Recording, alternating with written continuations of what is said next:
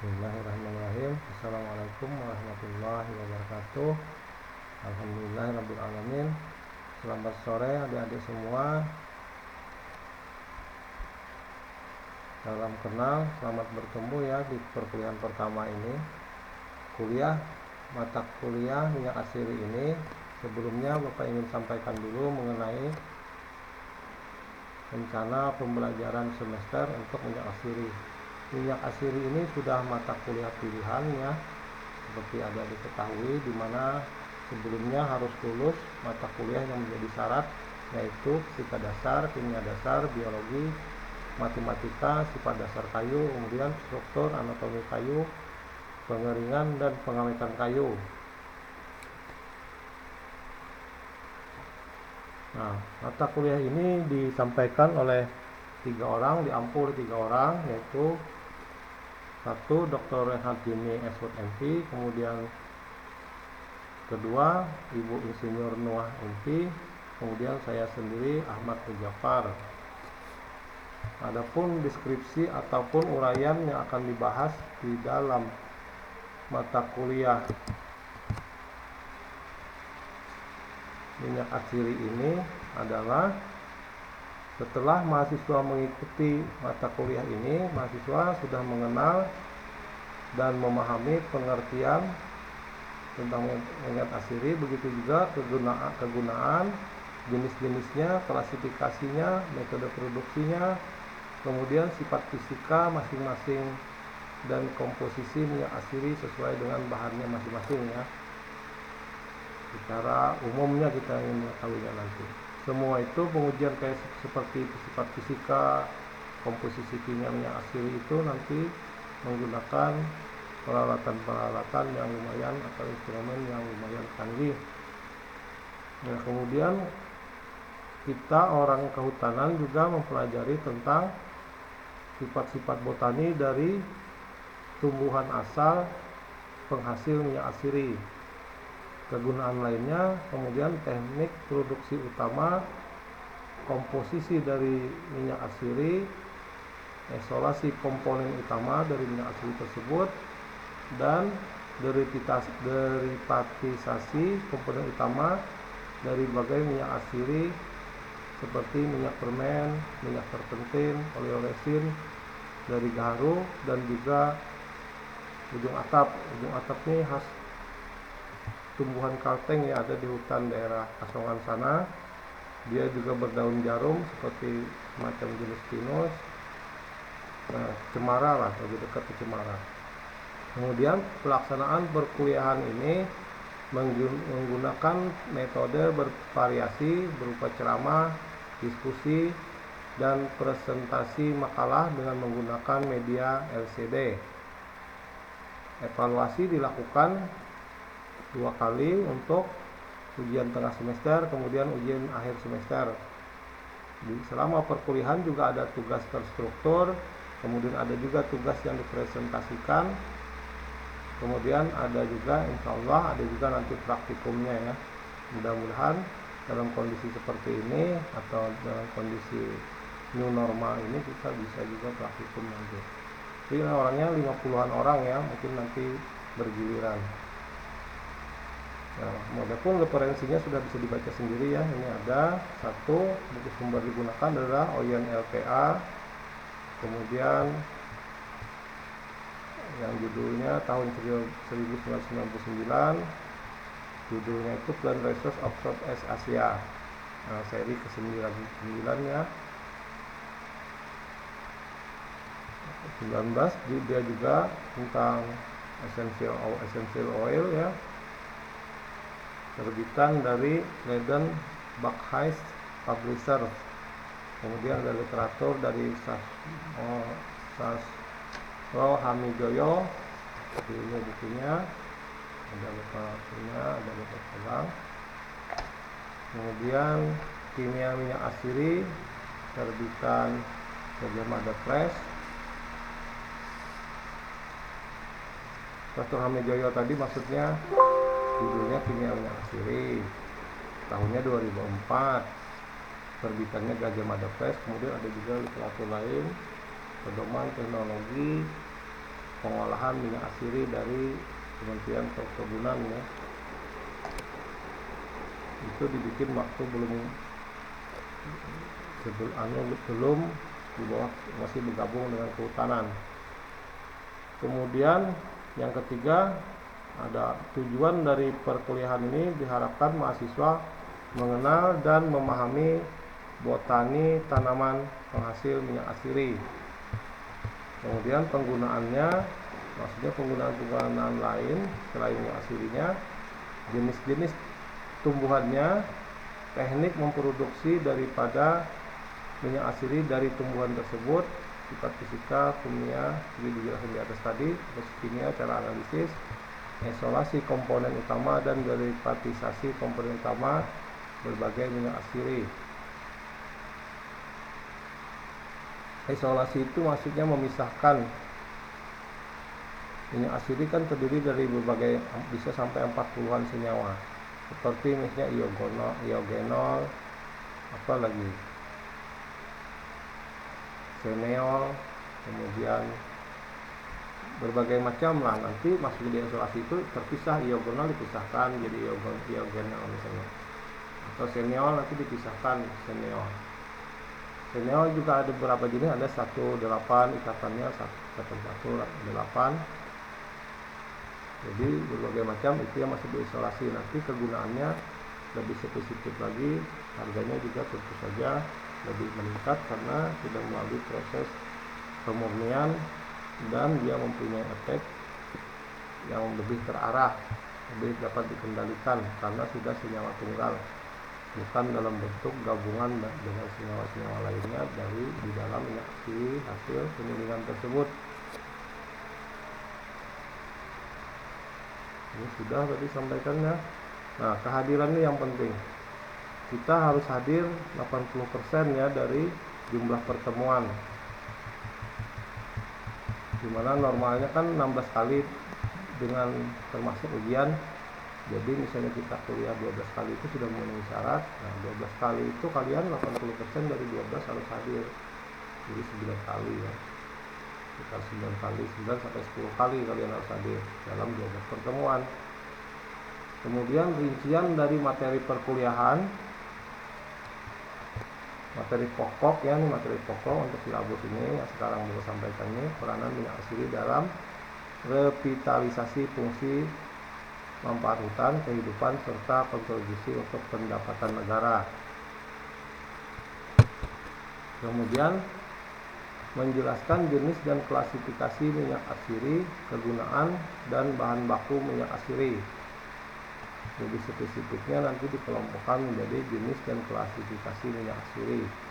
Kegunaan minyak asiri dalam bidang farmasi, kosmetik, makanan, perlindungan pribadi. Perlindungan pribadi ini maksudnya antiseptik ya. Antiseptik itu apa ya? Antiseptik itu untuk biasanya luka. Nah, lalu di rumah sakit ada luka, kita jaga supaya jangan terinfeksi ke antiseptik.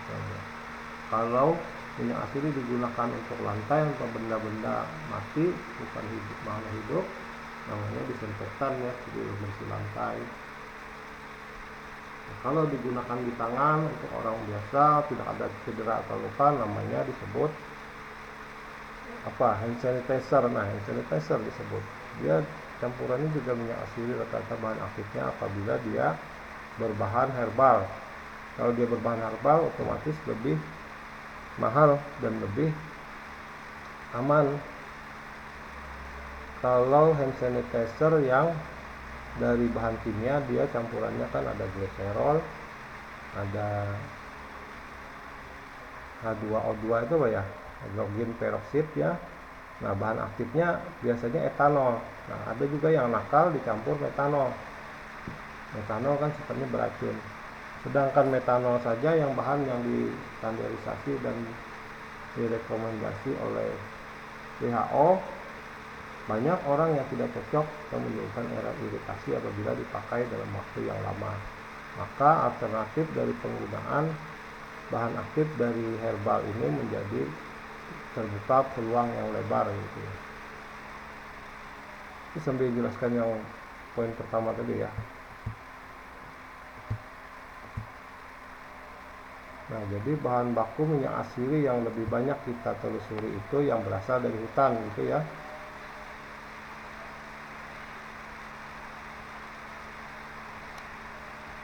Kemudian pertemuan berikutnya menjelaskan metode ekstraksi minyak asiri. Misalnya sifat mekanikanya, hasil ekstraksinya, dilihat sifat fisikanya, distilasinya dengan cara perebusan, pengukusan, dan uap gitu ya. Bagaimana nanti pengaruh atau perubahan atau perbedaan sifat fisika mekanikanya dari berbagai metode proses pengolahannya, proses mendapatkan minyak asiri dari bahan asalnya itu ya. Apakah nanti sifat mekanika, sifat fisikanya ada terpengaruh atau berbeda, ada yang kurang, ada yang baik, nanti di situ unsur-unsur yang menjadi ladang penelitian kita. Di samping bahannya tadi kan bahannya dari hutan, yang hutan misalnya kita teliti. Kalau yang umum kan sudah banyak dikerjakan orang, seperti misalnya kayu sereh, habis itu sirih, habis itu apa lagi, rijoma dari jahe-jahean itu banyak juga sudah diproduksi mas menjadi bermerek dagang sudah. Nah, yang kita ini lebih banyak kepada sifatnya eksplorer, mencari, eksplorasi gitu ya. Tapi yang sudah juga boleh kita meneliti, nggak jadi masalah. Mau bikin produk juga dari yang umum, bahan asli yang umum tidak jadi masalah juga. Nah, jadi dari sifat kimia itu seperti bilangan asam, endok bias, tekanan optik ada di situ. Rendemen fisika ya, sifat fisika, berat jenis, sifat fisika, bilangan ester, sifat kimia. Nah, kemudian standarisasi minyak asiri berbasis SNI. Ini ada minyak asiri ini kan sebenarnya ekspor. Indonesia ini sebenarnya justru mengekspor minyak asiri terbesar di dunia. Nah, seperti kita juga dulu dijajah karena memiliki bahan-bahan yang kandungan herbal yang memiliki yang bersifat obat gitu ya, yang diperlukan oleh masyarakat yang banyak untuk obat-obatan, segala untuk pengawet ya, dari bahan minyak asiri. Kemudian pertemuan berikutnya menjelaskan jenis pengujian aktivitas minyak asiri dan analisis probit. Jadi yang dimaksud di sini adalah kita misalnya habis meneliti atau mengekstrak atau mendistilasi ya, pekerjaannya mendistilasi minyak asiri dari bahan alam yang belum banyak diteliti orang, yang sudah diteliti orang, kita melihat bioaktivitasnya, misalnya terhadap jamur patogen, maksudnya ya bakteri patogen. Jamur patogen itu antara lain Candida albicans gitu ya, penyebab sariawan, penyebab keputihan pada wanita itu Candida albicans namanya. Aspergillus juga penyebab juga, di jamur pada roti itu kan aspergillus. Kemudian bakteri patogen. Kalau bakteri ini banyak yang sudah resisten, obat-obat yang ada, obat-obat kimia yang ada itu kan banyak resisten. Jadi penelitian bahan alam untuk menemukan bahan alam yang bersifat aktif untuk menghambat atau mematikan bakteri yang notabene sudah kebal atau resisten, istilah kesehatan itu resisten terhadap obat-obatan yang ada. Kemudian pengujian lainnya juga menggunakan larva udang renik, kalau bahasa latinnya Artemia salina ya, metodenya itu di SLT. B itu nama udang, S itu Brine shrimp lethality test. Shrimp itu kan udang, Brine kan udang renik. Nah, kemudian menggunakan larva nyamuk juga untuk ini masing-masing punya proyeksi ya. Kemudian untuk ke ibikan kerayap juga, diibikan ke kutu beras. Kemudian dianalisa. Tujuan pengujian ini untuk yang C, D, E, F ini nanti analisis profit. Sedang untuk jamur ini dia ada analisis kadar bunuh minimumnya, kadar hambat minimumnya. Itu kalau jamur seperti itu ya. Jamur atau bakteri seperti itu. Nah, kalau larva udang, larva nyamuk, rayap.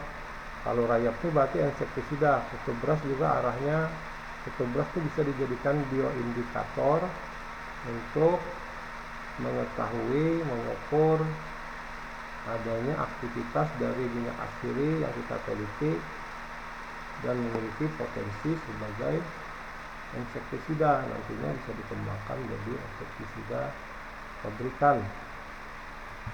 Nah, kemudian pertemuan ke-9 ya, menjelaskan komponen kimia minyak asiri dan analisis kimianya. Jadi analisisnya dengan menggunakan instrumen di sini ya, CMS. Ini gas, Q-nya itu kromatografi. Kromatografi itu menggambar. Jadi ada grafiknya nanti. Ada peaknya, ada tinggi rendah seperti setrum gitu kan. Tapi adik-adik ini sudah belajar juga di SMA biasanya. Kemudian menginterpretasikan hasil daripada analisis CMS tadi. Nah, yang ke-11 ini menjelaskan minyak fermen botanik, kegunaan, teknik produksi, komposisi, isolasi komponen utamanya, maksudnya derivatisasi komponen utama.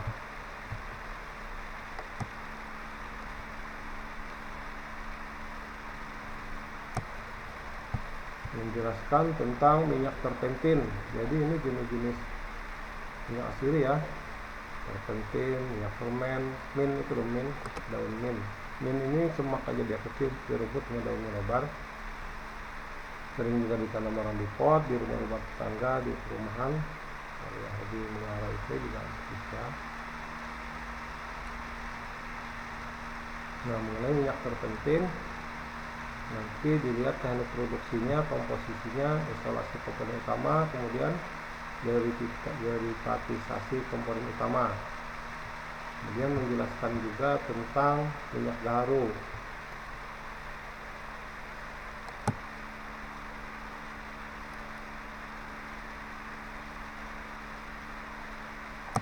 Kalau gaharu ini ya, teknik produksi maksudnya bagaimana menyulingnya, mendestilasinya, atau dengan ekstraksi kah? Dengan ekstraksi dengan menggunakan pelarut atau pelarut organik lain ya. Kemudian apa sih komposisinya minyak gaharu ini? Kemudian isolasi komponen aktifnya yang ada di dalam, yang terkandung di dalam minyak gaharu. Jadi gaharu ini mungkin juga jadi gunanya luas ya. Gaharu ini ada yang di budidaya, kemudian agar dia menghasilkan wangi, batang kayu itu menjadi wangi, biasanya diinokulasi dengan sejenis jamur cendawan. Cendawannya itu jenis Fusarium sp. Jadi ada Solani, ada Fusarium Noctisporum. Itu yang dibiarkan di lab, kemudian dia tumbuhnya, kemudian batang pohon gaharu yang sudah matur itu sudah dewasa 5-6 tahun, dibor batangnya, kemudian dimasukkan, biarkan daripada jamur yang dapat menyerang, menginfeksi yang kita lukai tadi, dibor tadi. Jadi di alam kan ada yang alami. Kalau gaharu yang alami itu kan karena batangnya atau dahannya luka, atau digaruk sama beruang, atau ditanduk rusa misalnya kan, luka kulit batangnya lalu terinfeksi cendawan tadi. Cendawannya tadi Fusarium solani bisa, Fusarium Noctisporum bisa, ada 13 itu. Nanti dia bisa bersimbiosis juga. Nah, lalu kan karena masuk penyakit tadi, mekanisme tumbuhan itu kan mempunyai juga antibodi. Nah, dalam tumbuhan itu di antibodi dalam tumbuhan itu disebut dengan fitoaleksin. Nah, jadi peperangan, maaf ya Bapak sebut peperangan ini supaya enak, susah mencari kalimatnya. Penyakit masuk, lalu tumbuhan mengeluarkan fitoaleksin untuk mempertahankan atau memperbaiki kerusakan dari anggota tubuhnya pohon tadi. Nah, keseimbangan sedangkan ini dia mau hidup, mau menyerang, mau hidup di pohon tersebut, ingin berkembang biak. Nah, karena pohon gaharu itu mengeluarkan fitoaleksin atau antibodi di kita ya, dia berkelahi dengan cendawan tadi, menghasilkan eksodat. Eksodat itu hasil dari ada yang mati cendawannya, ada batang dari tadi ada yang rusak kan diserang oleh cendawan. Dalam kondisi seimbang menghasilkan kayu. Apabila kita serut kayunya itu kita ambil, dibakar, ditium, dia berbau. Ada juga yang itu yang kualitas pemedangan, bukan kualitas unggul. Kalau yang unggul nanti dia panjang di dalam batangnya itu, satu alur dia bikin, resinnya menumpuk di situ untuk melawan masuknya cendawan tadi. Nah, dari kejadian alam itulah orang membudidayakan gaharu, kemudian diinfeksikan inokulan atau biakan daripada cendawan tadi, fusarium tadi, jenis fusarium tadi. Jadi batang gaharu itu banyak dilubangi antara 10 cm, 10 cm, 10 cm, 10 cm, nanti dia rusak kan. Seperti kita itu luka kan, nanti ingin sembuh kan, mengeluarkan antibodi, mengeluarkan tanur kan keluarnya. Nah, kalau di tumbuhan dia mengeluarkan zat yang berbau. Kalau di kita eksudatnya nanti keluarnya itu jadi nanah kalau dia banyak infeksi. Kalau di tumbuhan dia jadi senyawa, terbentuk senyawa pada batangnya itu yang berbau wangi. Kalau di kita bukan berbau wangi, tetapi berbau kayak bohang tuh, baunya seperti apa tuh? Ngeri sedap gitu kan. Maaf Bapak, bukan ngomong kotor ya, supaya pas contohnya itu, jadi kita mencontohkannya pas seperti itulah. Karena kuku kita misalnya basah, ada terinfeksi, ada bakteri, ada mikroba di situ hidup, lalu basah, ada lubangnya di sela-sela kuku, nah jadi berbau kuku kita karena antibodi kita melawan dari kemungkinan masuknya mikroba tadi. Lanjutnya kemudian yang ke-13. Nah, yang ke-14 menjelaskan teknologi oleoresin kayu pintuk. Oleoresin ini sebenarnya minyak asiri juga ya, tetapi dia bercampur dengan senyawa-senyawa lainnya, dia agak kental pasta, atau lebih tepatnya disebut pasta gitu ya. Tapi bau asirinya itu tidak hilang. Sintuk ini banyak tumbuh juga di Bandung, ada di Kalimantan banyak, di hutan-hutan. Kulitnya yang distilasi, ekstrak bisa, diisolasi bisa, maksudnya bukan diisolasi, didistilasi, disuling gitu kan. Nah, jadi dari situ juga dilihat komponen utamanya apa, penyusun senyawa-senyawa atau golongan senyawanya, penyusun daripada oleoresin atau minyak asiri dari kayu sintuk ini. Kayu sintuk ini juga diekspor ya minyaknya ini. Kemudian yang ke-15 menjelaskan teknologi oleoresin ujung atap. Nah, jadi kan kita mencari tumbuh-tumbuhan yang mengandung minyak asiri di hutan.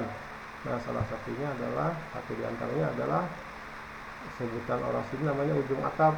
Dia seperti cemara itu daunnya. Jadi itu juga ada, kita teliti di sini. Nah, itu ya mengenai tentang rencana pembelajaran kita. Mudah-mudahan bisa kita laksanakan dan tercapai. Kemudian Bapak ingin menyampaikan sedikit karena masih ada waktu untuk pertemuan ini. Pendahuluan ini ada sedikit materi ya. Jadi minyak asiri itu banyak jenis tanaman yang dapat menghasilkan minyak asiri. Jadi ada perkiraannya nih sampai berjumlah 150 sampai 200 spesies dari famili Pinnaceae, ini jenis Pinus, daun jarum maksudnya, Labiaceae, Compositae, Lauraceae, Myrtaceae, dan Umbelliferaceae. Dari pohon-pohon yang memiliki terkandung di dalamnya minyak asiri, misalnya 200 spesies ini ya, bagian-bagiannya tuh bisa dari daunnya, bisa bunganya, bisa buahnya, bisa bijinya, bisa batangnya, bisa kulitnya, bisa juga akar atau rizomnya. Rizoma itu maksudnya rimpang ya, seperti jahe-jahean. Kalau akar kan akar biasa lah, akar pohon. Ada akar tunjang, ada akar lateral gitu ya. Nah, jadi luas dan banyak sekali ya sumber dari minyak asiri ini. Adapun minyak asiri itu sendiri dapat diartikan atau didefinisikan merupakan produk cair hasil distilasi uap air dari bagian tanaman tertentu, seperti tadi bisa di daun, bisa di akarnya ya, yang mengandung senyawa alkaloid dengan aroma khas sebagai zat kimia khusus pembentuk rasa atau aroma.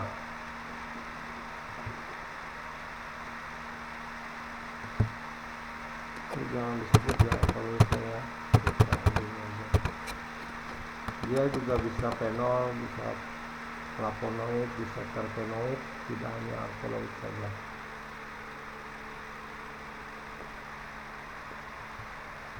Kemudian minyak asiri dikenal dengan nama minyak eteris atau minyak terbang, merupakan bahan yang bersifat mudah menguap volatil, maka itu dia disebut asiri. Asiri itu artinya volatil, mempunyai rasa getir atau sepet gitu ya, dan bau mirip tanaman asalnya. Tumbuhan ya, seperti tumbuhan asalnya. Tanaman itu kan ditanam, kalau di hutan kan nggak ditanam, itu tumbuhan. Kalau tumbuhan kan umum, bisa ditanam, bisa tumbuh sendiri. Yang diambil dari bagian-bagian tanaman seperti daun, buah, biji seperti tadi, akar, rimpang, kulit kayu, bahkan seluruh bagian tanaman. Nah, minyak asiri selain dihasilkan oleh tanaman, dapat juga sebagai bentuk dari hasil degradasi oleh enzim atau dibuat secara sintetis. Jadi enzim yang dikeluarkan oleh bahan yang mengandung enzim tersebut lalu mengeluarkan asiri, seperti cerita dari tadi, yang asiri timbul di batang garu diproses, diinfeksikan sejenis jamur tadi, fusarium tadi ya, itu maksudnya tuh. Nah, minyak asiri adalah zat berbau yang terkandung dalam tanaman. Minyak ini disebut juga minyak menguap atau minyak eteris, minyak esensil, disebut juga minyak esensil, maksudnya disebut juga minyak menguap atau minyak eteris. Itu sama nih, minyak menguap, minyak eteris, atau juga disebut minyak esensil. Kenapa disebut esensil? Karena pada suhu kamar mudah menguap. Kemudian istilah esensil itu sendiri dipakai karena minyak asiri mewakili bau dari tanaman asalnya. Ini tumbuhan ya.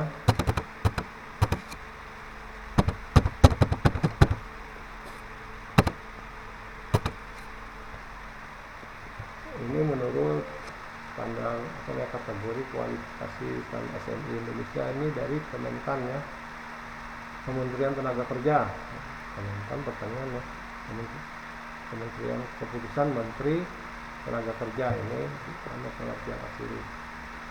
Jadi yang mengatur asiri ini ada juga Kementerian Tenaga Kerja mengenai tata cara kerjanya, apa-apa standar-standar kerjanya sudah diatur. karena minyak asiri ini ekspor loh ya. Dunia dan Indonesia itu merupakan penghasil minyak asiri terbesar atau pengekspor minyak asiri terbesar di dunia. Nah, ini gambar-gambar minyak asirinya. Hasil ini sereh ya, kalau kita bahasa Banjar serai. Ini apa nih ya, kayu manis, bunga, lavender kayak. Nah, ini cengkeh, ini kurang tahu nih. Ini lada, ini apa nih, jemur, bukan ya. Nah, ini jahe-jahean, itu lawak, kayaknya puas nih. Jadi sudah kebayang ya, mengenai bahan-bahan tadi disebutkan 250 sampai 200 jenis tumbuhan yang dapat sebagai sumber penghasil minyak asiri. Nah, kemudian pengolahan minyak asiri, atau kita lanjutkan perkuliahan berikutnya saja ya. Kita akhiri sampai di sini saja. Nanti kalau ada yang ingin ditanyakan, bisa kita di grup, kan ada grup WA kita ya, bisa didiskusikan, ditanyakan ke Bapak, mudah-mudahan bisa kita jawab dan kita diskusikan, kita carikan nanti, atau ada lebih tertarik lebih dalam, boleh juga ketemu Bapak langsung, kita bicarakannya.